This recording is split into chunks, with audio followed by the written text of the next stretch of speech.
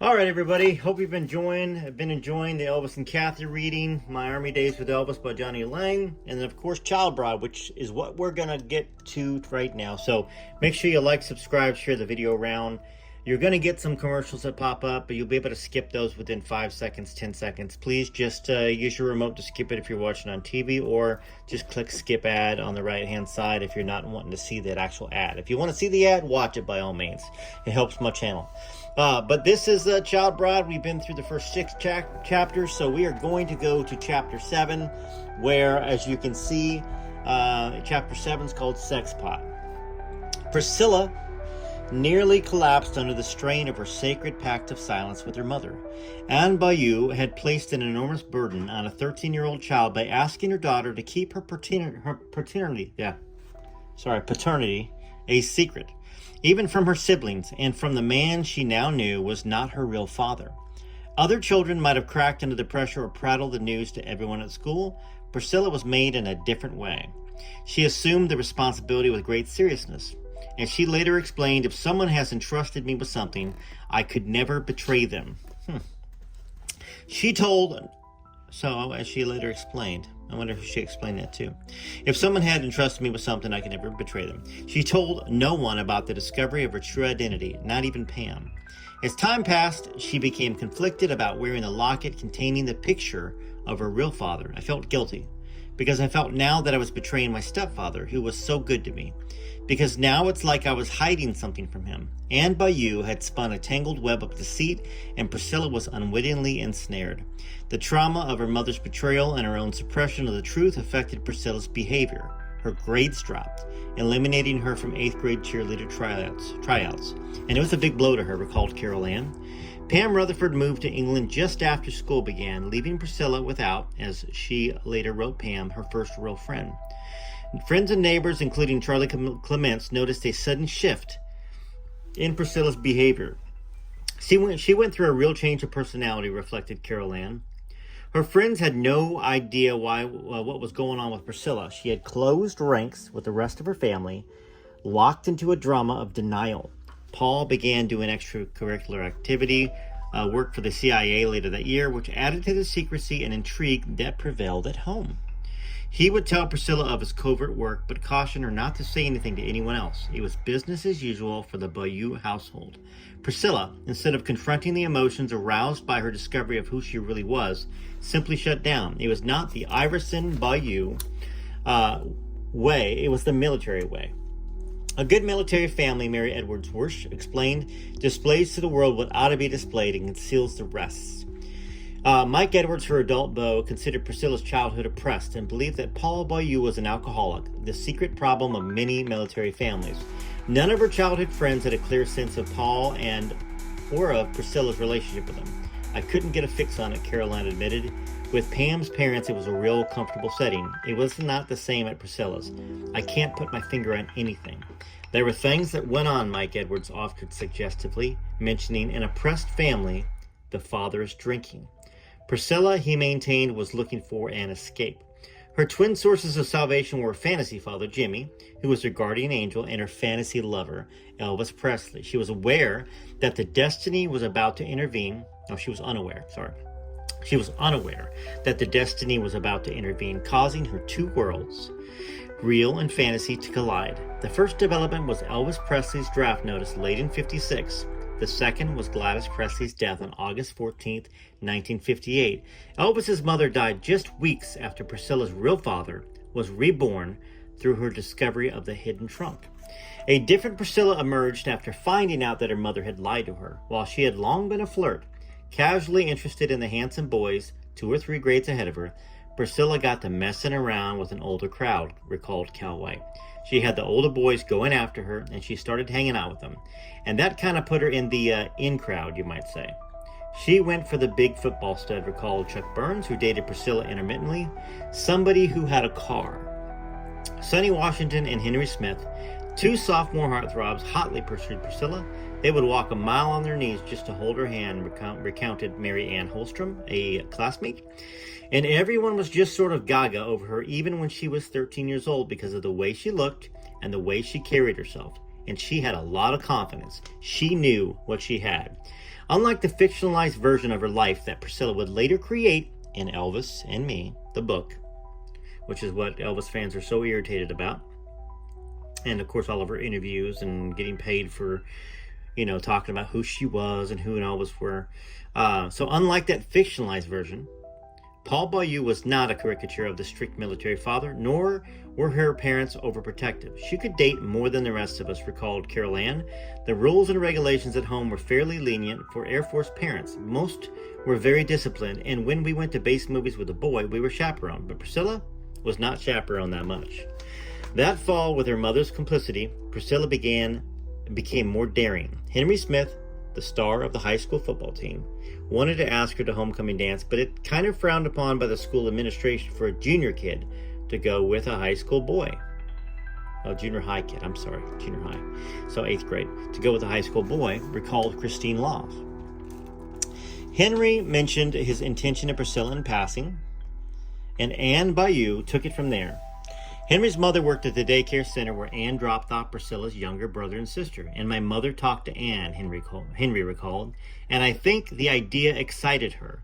I was captain of the football team, and not to be bragging, a lot of girls wanted to go with me. Henry felt it was Anne Bayou who pushed for Priscilla to really go. Anne abetted Priscilla for 2 reasons, because she enjoyed the fact that her daughter was so sought after, and in the words of her cousin Margaret, because Priscilla reminded Anne of Jim. I think all of the guys were kind of figuring me to be a little crazy for being interested in a girl that young. But she could compete with the seniors. She was a little girl, but geez, she looked so mature, recalled Henry. Priscilla wore a long, formal, low-cut dress to the dance. Now, keep in mind, this is before she met Elvis. A year before, or maybe almost 2 years, depending on how young of 13 she was versus how old of 14 she was with when she met Elvis. That date scandalized Del Valley High School. The date that scandalized Del Valley High School was actually very tame. Priscilla was not allowed to go on car dates, so Henry drove to her house, and Paul Bayou chauffeured the couple to the dance. Henry was a perfect gentleman, and at evening's end, he and Priscilla did no more than kiss. She was too young. She was just a kid. And I was really a nice guy. I didn't really want to mess around intimately with any woman until I was in college. The relationship did not last much beyond the homecoming dance, although I would just maybe kiss her in the halls, remembered Henry, who found Priscilla very receptive. We liked each other, but she was so much younger. It was all a new experience to her. She felt too young to really feel like she was going to be getting serious with anybody. I could tell that. He could also tell, Henry said later, that beneath her dutiful facade, Priscilla was chafing at the bit. She was the type of girl I knew wouldn't be held back. If she wanted to do something, she was going to do it. When the relationship with Henry cooled, Priscilla moved on to more notorious older boys. She hung around with some guys who weren't in our crowd at all, recalled Carol Ann. They were guys who were in school, but barely. It wasn't the kind of guy that she should have been dating. They just sort of hung out around the corner of the school. They had cars, and they drank beer. She rode around with those guys. Well, interesting. Her close friends, Carol included, were baffled. All of a sudden, her personality just changed tremendously. Now, usually what happens, what you've done usually when your personality changes. I think all of us kind of know that. Some more confidence, maybe more secretive, maybe. And of course, I don't think this is this could also be right around that time that she discovered that Paul wasn't her real father. But if she's out there and driving around in cars and drinking beer with older boys in junior high school, there's a good chance that more went on than just drinking beer. Her close friends, Carol included, were baffled. All of a sudden, her personality just changed. She hung around the lockers with these really hoodie boys, and you could tell that she didn't care about them, but you really wondered about her. I guess if we had been less into ourselves and more into finding out about what was wrong with our friends, maybe we'd know, but we didn't. I don't know if it was just a personal choice with her, or if something at home had caused her to rebel or what. Something had happened at home. Yeah, so that's right around the same time. Priscilla had found her missing childhood, her true self, and had been pressured into denying that reality. She had been inducted into a society of secret keepers. Keeping the pact with her mother, she found, was a big responsibility, too big for a 13-year-old child. She was also, classmates noticed, maturing faster physically than other 8th grade girls. Beyond the purely physical attributes, Priscilla had an ethereal quality that made her really appear older. She was possessed of a poise that was beyond her years and her family's social understanding. It gave Priscilla the aura of a well-born and innate kind of class. Moreover, Priscilla was an instinctively sexual creature. By the middle of 8th grade, Priscilla's reputation at school was suffering. People didn't think much of her because she hung out with these guys who were not liked and were the kind who would be promiscuous, said Carol Ann, who stopped spending the night at the Beaulieu's because it was really not a good thing to hang out around her. So, let's take a small little snippet break for just a minute, or 30 seconds. We know people could be mean in school. We know people can make things up. But when you see somebody hanging out with people that are doing those things, usually, you get lumped in and you do get a reputation. And it just seemed like she didn't care. Maybe she enjoyed it. But it certainly sounds like nothing like the Priscilla that we know from her history of what she wrote, right? The shy creature that didn't talk, that listened, that, would never go up to Curry Grant, the guy that's in this book later on, and proposition him to meet Elvis. That sounds exactly like this person. But that's not who she's presented herself to be or the story. So, would we be surprised if it's different? If, in a way, she protected Elvis's reputation, in a sense. Or maybe was told by Elvis, that's what your story is. That's a possibility, too. We know that back in those days, being with somebody that was younger wasn't that big of a deal, in a sense, as long as you were, in a sense, going to be honorable to them, I guess. Nothing like 2020, 2010, 2000. But, I know plenty of people that are older that got married at 15 or 16 or 14. Now, once again, let's get back in the book. I just wanted to kind of point out who she was according to everybody around her at the age of 13. So her reputation at school was suffering. They didn't like the kind of people that she was around, the kind who would be promiscuous, said Carol Ann, who stopped spending the night at Beaulieu's because it was not really a good thing to hang around with her. She was beginning to get a poor reputation. What transpired between Priscilla and those older boys is not known. But it is clear from her class pictures that Priscilla had matured a sexual light year between 12 and 13. For her 8th grade picture, she assumed a sultry pose, looking worldly wise, her lips a cherry red pout. Now, out of curiosity, is her 8th grade picture in here? I don't really know. We'll just thumb through a little bit here. I'm sure I probably have seen her 8th grade picture. I probably put it on one of the Child Bride videos from before. So that's her dad and her mom, and Priscilla's little girl. And then you got Priscilla's photograph 2nd grade, Donna Brooke in the 5th grade. You got the Carnival Queen and Pam Rutherford right there. She still looks very, very young, obviously. You got Elvis there. A mature-looking 8th grader at Del Valley, the year before she met Elvis. So she is 13 there. Once again, hard to tell. We're looking at a black and white picture. But, we're talking about the recollections of people that were around her back then, too. So, okay, let's get back into it. All right, so Priscilla was still a sweet girl, but her other Gemini side had now surfaced more often, it says. She was bolder, more assertive. She attempted to dye her hair light brown hair coal black, Elvis style, that spring, and it turned out more like blue-green, recalled Evangeline Segura, another friend. Priscilla wasn't fazed. She had a lot of confidence in Evangeline, so really, things like that didn't bother her. Mary Ann Holstrom, whose family moved to Austin that year, formed the impression that Priscilla Beaulieu was a person who was used to getting what she wanted. A very exciting looking person who got a reaction wherever she went. Here we were, all these gangly adolescent type girls running around like idiots, and here she was. Obviously there was a big difference. Here's another, something I'm going to pause there with my finger. Something that we haven't thought about. And I'm going out on a real limb here. But she looks so much older than these girls. What if she was? What if that was part of hiding Priscilla? Her age, her identity. I'm just really going out on a limb here. But that's kind of what we do. We speculate. maybe she was 18 when she met Elvis, or 17, and maybe she went through high school older. Probably not, but it's it's interesting to speculate because we all have an imagination. And me being a songwriter, and seeing kids that are going to school and going back to school pretending to be younger so they could. Well, anyways, I'm not accusing her of it, but I just thought it's really an interesting thought. Okay, let's go back here.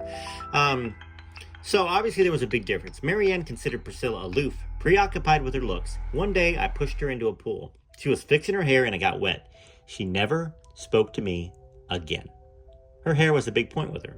Acclaim for Priscilla's beauty never wavered, even during her walk on the wild side that year. The Del Valle Junior High newspaper popularity poll voted her the most beautiful, prettiest eyes, best dressed, best all around, prettiest hair, and class couple with Chuck Burns. Diane and Dimbo, one of Priscilla's closer friends in 8th grade, claimed that strangers in downtown Austin would stop her on the street and ask if she was Priscilla Beaulieu. I often pondered Marianne, what it was like to be her parents and how they handled that, So, once again, not somebody that's going to be shy. You don't get all those popularity votes if you're shy. People think you're weird if you're shy in school. She was definitely probably a very aggressive, outgoing, pursuing type of a girl from what everybody says on here and just what I know about things like that. The second great blow of Priscilla's adolescence came late that spring when Paul Beaulieu informed the family that he was being transferred to the U.S. Air Force Base in Wiesbaden, Germany. I was devastated, Priscilla recalled. The Beaulieus had lived in Austin for 4 years, a lifetime to a military brat.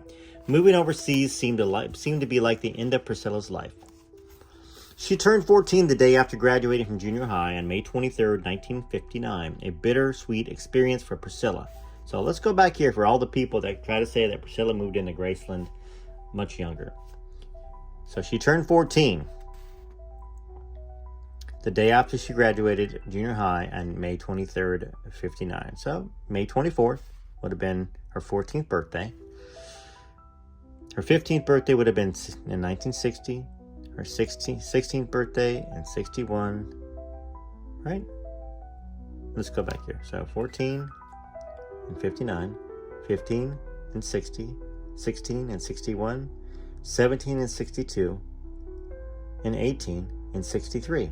So we know that she came over to Graceland April or May, or some early thing in 63, so she was nearly 18. All right, at the same time, she later confided, I felt this incredible pull to go there. Even though I wanted to stay, this force was pulling me to go. It's unexplainable. Sometimes when I talk about it, I can still feel the pull of wanting to go, yet I was leaving all my friends and didn't want to go. Fate was intervening once again, setting Priscilla Beaulieu and Elvis Presley's lives on an unexpected course. 7 months before Captain Beaulieu received his orders to report in Wiesbaden, so 7 months before, Private Presley was shipped to Friedberg, then Bad Nauheim, Germany, just an hour from the Air Force Base where Priscilla's father would soon be stationed. Yes, the pull was knowing that Elvis was over there. It was all over the news. Everybody knew Elvis was shipped to Germany. It was not some mysterious pull of wanting to go. This is an obsessed young girl. You can't blame her, right? There's no fault in that. She's an obsessed young girl, obsessed with Elvis. That was her fantasies with her friends, as most American girls that really liked Elvis. No different there. But the fact that she presented herself as not an Elvis fan, presented herself as not a pursuer, yet, and even here when she's talking about the pull of wanting to go, yeah, of course she wanted to go. She'd be close to Elvis. She'd have it, anyhow. So let's go here. Priscilla and her friend Evangeline, an Elvis fanatic, looked up the two cities, so there you go, on a map of Germany that May, calculating the distance between them. My dad kidded her, recounted Diane and Dimbo, and he said he didn't want her to go over there and meet Elvis. Priscilla, she recalled, laughed. I think she was excited, said Evangeline, but I don't think she ever dreamed that she was going to meet him. We all kidded her that she was going to Germany and she was going to meet Elvis Presley, confirmed Charlie Clements. Priscilla's across the street chum. Now, why would Elvis to Priscilla be somebody that they would all talk about and teasing her? Because Priscilla was obsessed. She was obsessed, and an obsessed person does what? Anything it takes. anything at all possible. And just in general, that's just a general rule of thumb. So Priscilla's across the street chum Chuck Burns, who was holding hands with Priscilla during Saturday matinees that fall, dismissed it all as girl talk. Just as Pam did not take seriously their childhood games of Imagine If. They had seriously underestimated Priscilla and Bayou. Diane at Dimbo gave Priscilla a farewell party in June. No one knew then that it would be Priscilla's farewell at 14 to childhood. The Bayous minus Paul, who had been sent to Nevada for a 3-week survival course, flew to Connecticut to say goodbye to the Iversons and the Bayous. Of course, they ignored the Wagners, didn't they? Priscilla palled around with her 15-year-old cousin, Margaret Ann. The two girls went to dances at Ocean Beach Park and talked about rock and roll. Before the Bayous left for Wiesbaden in August, Priscilla told her cousin that she wanted to meet Elvis. Priscilla had a goal that summer of '59 to meet Elvis Presley in Germany, and once Priscilla Bayou had set a goal, nothing would stand in her way. All right, so that is an interesting chapter, and of course the next chapter we got here is the Priscilla Meets Elvis, Legend or Lies. So that's going to be the next section that gets read. Let's look at the back of this book and see what it says for those of you that do not have this book or maybe have not seen the back of this book. Revelations and Child Bride. Well, maybe we shouldn't, because if we do that, we'll spoil some stuff. Right? We don't want to spoil the read for those of you that have not read this book. So what have we learned about, that chapter? We've learned that Priscilla was very popular. And, I feel for her. I feel the fact, military brats having to move around. I grew up on a Marine Corps base. My dad was no longer in the active service anymore. He was in the Army. But I saw kids come and go. And it's a sad thing for the kids that are there, and then they have friends or whatever like that, and then the kids leave. But it's especially sad for somebody who, and once again, I'm not defending Priscilla, the grown adult. I'm talking about the kid. It's especially sad for somebody that, became very popular. You discovered a secret that she had a real dad, that was not Paul Bayou. She had friends. She had boyfriends, obviously. She may have had more. She had guys that she hung out with, drank, from what I've read, we'll read later on in the book, smoking cigarettes and all that stuff, and just being a wild child. And then all of a sudden, and of course, she has to move. After 4 years, the only 4 years of her life that were fairly formative years too, that she's actually been allowed to get used to a place, make friends, count on something. I feel bad for anybody in the military that's a kid, a boy or a girl. Does not matter to me. Having to pick up and go to different schools, and to, restart your reputation and try to restart friendships, and then you at the very next school you find out that they're not maybe as cool as the last school, or they think you're weird, or they start creating rumors about you immediately, or who knows. But I do feel bad in that aspect for Priscilla. I do. Regardless of what we know and what we think we know about her, and what we feel about her as a grown adult, suing her grandkids, estranged from her daughter Lisa. She clearly, when you grow up, and I can tell you from personal experience, when you grow up, in a sense, with, Priscilla's got the whole secret, but when you grow up less than, in a sense, less than your peers, and I grew up poor. My food came from the dump, my clothes came from the dump. I would go to school with grease and tire marks all over my arms as a teenager, and being made fun of and picked on. When you have something like that in your life, and for Priscilla, the secret of her dad not being a real dad, moving all around all the time, being less than, because she was less than her siblings. Her mom had those kids together with Paul. She was less than, in a sense. Some way she wasn't. And then all of a sudden you're treated extra because of her talent. Well, not her talent. Her talent would be her face, her prettiness. My talent was music. But it makes you dream of something bigger. It makes you dream of becoming something. In some ways, becoming something in order to be different, to be better. Let's look at some pictures while I'm talking. To be better than those that made fun of you, better that had it better than you, maybe said insults to you, just to feel better about yourself. Music did that for me, and it took me a lot of places. It took me around famous people, which, in all honesty, I was never impressed by any famous person. I've been around some of the most famous, including Garth Brooks. Nice guy. Every time I've been around him, a good guy, good fella. But no different than who I am or who other people are.